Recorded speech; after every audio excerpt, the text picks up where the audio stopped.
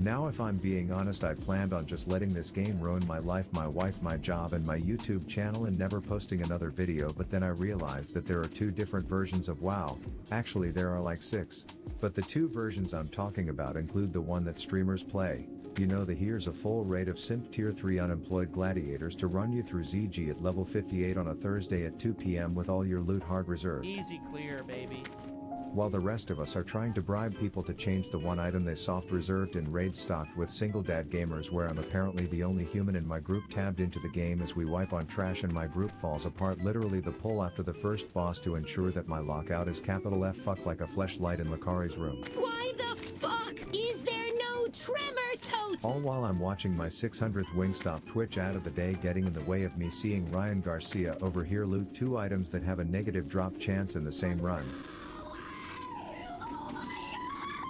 I decided that's the version of WoW I want to be playing, so I made a video. I did everything right. I showed all my attempts at making gold, sob stories about getting caught doing illegal things, failed startup businesses, you name it, then I showed my character's name and offered a shout out to any sugar daddies, and so now I'm pleased to say that yours truly is featured in the following montage entitled, Streamer Benefits. If we can go the route of maybe getting a little bit of assistance, we could get some really nice gear. 200. This guy sent me fucking gear.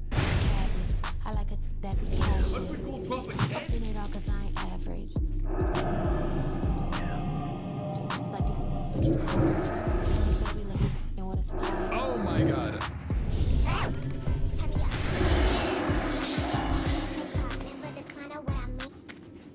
Psych! Eat shit!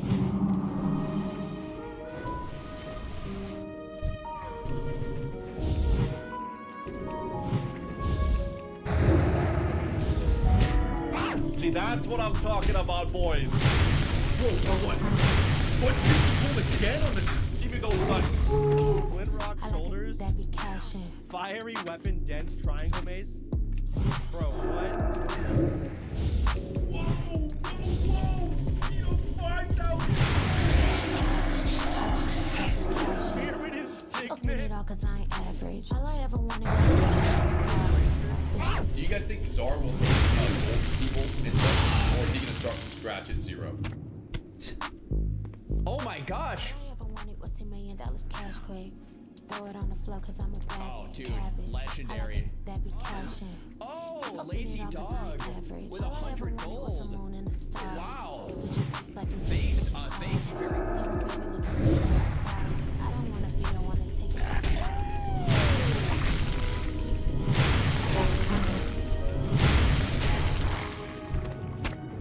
In all seriousness, if you want handouts like streamers, I studied their behavior dozens of times and here's how they do it. You first go up to a level 60 and pretend that you give a shit about how geared they are. Whoa, another level 60? Let's check Jamal's character. Oh, full Arcanist. Damn, let's go, man. Hell yeah, bro. Bingo, locked in, now you just wait.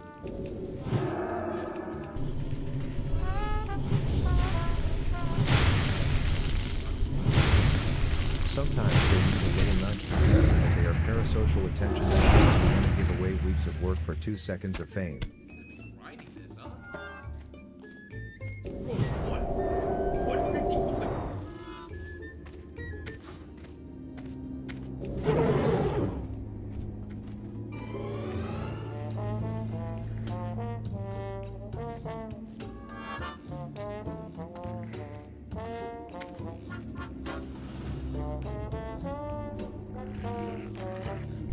Anyways, after a successful gold farm, it's time to unlock that PvP, which involves battling to the death, putting the full knowledge and experience of your class in these battle games tested in the pre-patch, giving up the 7-1 templates you need to maximize your honor, while strategizing with each other in chat, I'm not a healer, you dumb fucking piece of shit! and arguing over where your team is recruiting. But once I see that sentence defenseless on their farm and I have all my gear installed on you.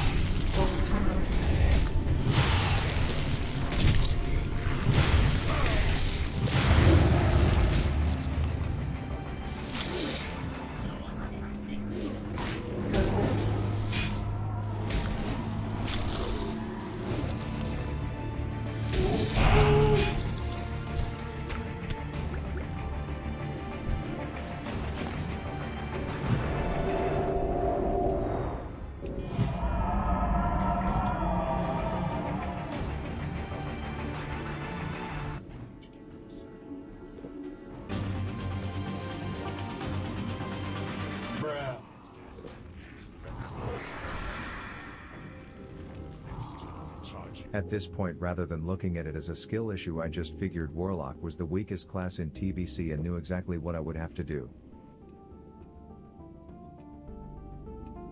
Today we are covering Frostmage TBC PvP talent, baby.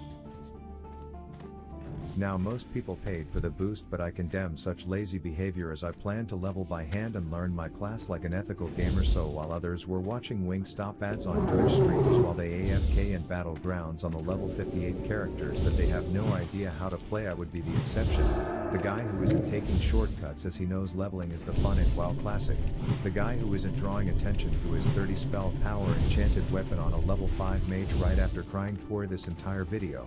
And yeah, there may have been a bit of FOMO over how far behind the boosters I would be, but I was committed to learning how to use my kit to outplay situations like when mobs apparently just refuse to fucking de-aggro and chase you for 12 light years, while you get increasingly desperate while thinking Jesus, was this game coded 20 years ago or something? But the benefit of leveling is that you grow from this and learn exactly what to do in these situations.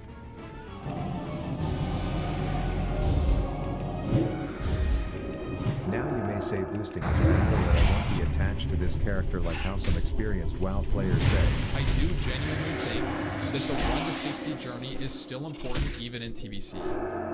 I do. I think it helps generate a more attached character. I was wrong.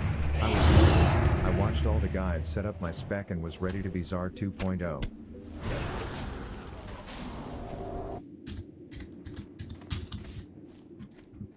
So I went back on my lock with a bad case of not knowing what class to main, but that's when it hit me. Peekaboo! Peekaboo!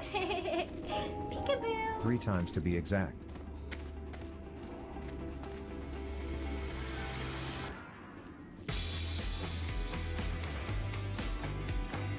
Okay, look, boosting isn't something I condone because in like a week when you go through that portal you will be on your own regardless.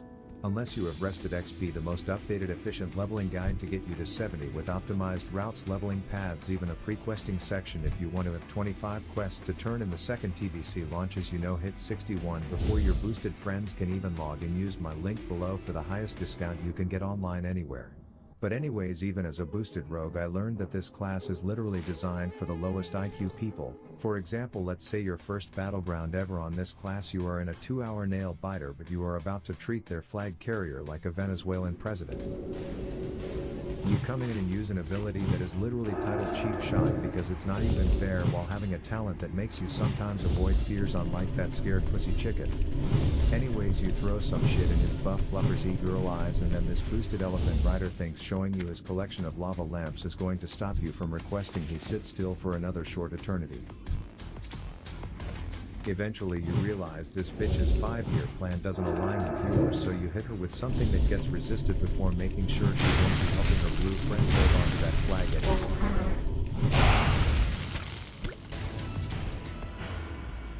I don't even know what I'm doing and I just solo won that game. This class is literally made for morons. Like, the only way you could play a more brain dead thing is if you make it a human, for the perception passive like a human female rogue would just be the pinnacle of handicap friendly gaming in TBC, but I'm not about to reward such free gameplay. As you can see, I blind her and then I hide, because when I play this no chromosomes required class I like to sometimes pop out and say peekaboo, and that is with this Tiger King wardrobe looking boosted gear, as I couldn't even imagine rocking rank 14 weapons.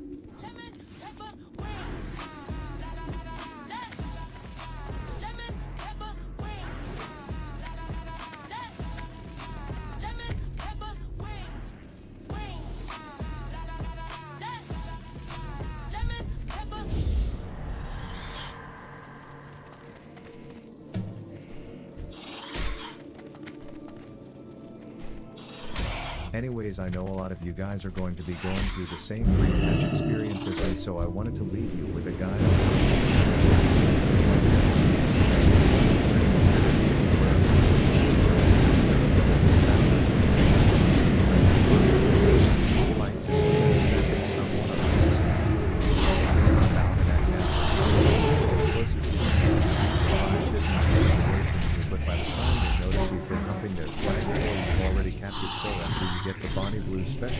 that all your coworkers need to do is run in and touch someone for the next 30 seconds until you can get back there, and that, my friends, is how you defeat the pre-patch experience. Here's a list of characters you can send your gold to. Lemon pepper wings. Lemon pepper.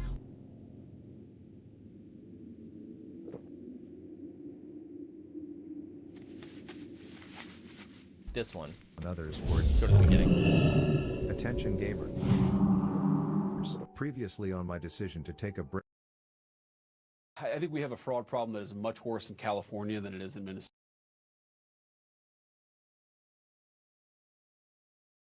I died like a dog. I was eating.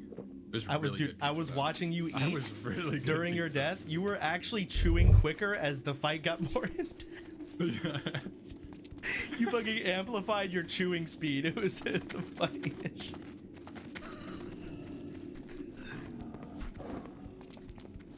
I'm actually so glad you fucking died though, because I want your first hardcore experience to be fucking OnlyFans.